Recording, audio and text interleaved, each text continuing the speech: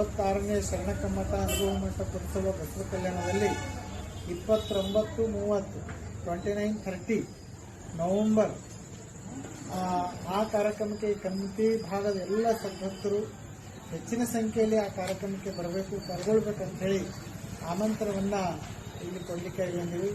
ಹಾಗಾಗಿ ತಾವೆಲ್ಲ 12ನೇ ಶತಮಾನದಲ್ಲಿ ಅನುಭವ ಮಂಟಪವನ್ನು ಕಟ್ಟಿದಂಥ ರಚಿಸಿದ್ದು ಎಲ್ಲಾದರಿದ್ದರೂ ಅದು ಬಸವ ಕಲ್ಯಾಣ. 770 ಅಂದರೆ 770 ಒಂದು ಶರಣರ ಒಂದು ಪುಣ್ಯಕ್ಷೇತ್ರ ಅಂದರೆ ಬಸವ ಕಲ್ಯಾಣ.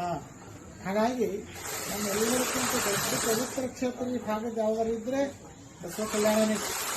ಹೀಗಾಗಿ 770 ಶರಣರು ತಪಸ್ಸು ಮಾಡಿದಂಥ ಭೂಮಿ ಯಾವುದಂದ್ರೆ ಅದು ಕಲ್ಯಾಣ ಭೂಮಿ.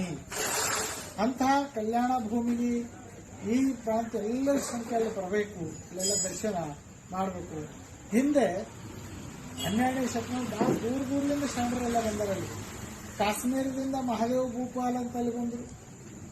ಆಮೇಲೆ ಅಫ್ಘಾನಿಸ್ತಾನ, ಸೌರಾಷ್ಟ್ರದಿಂದ, ಹೀಗೆ ಎಲ್ಲ ಕಡೆಯಿಂದ ಬಂದಿದ್ದಾರೆ. ಇಲ್ಲಿ ತೆಲಂಗಾಣದಿಂದನೂ ಕಿನ್ನಾರಿ ಬ್ರಹ್ಮಯ್ಯ ಅಂತ ಒಬ್ಬರು ಬರ್ತಾರೆ.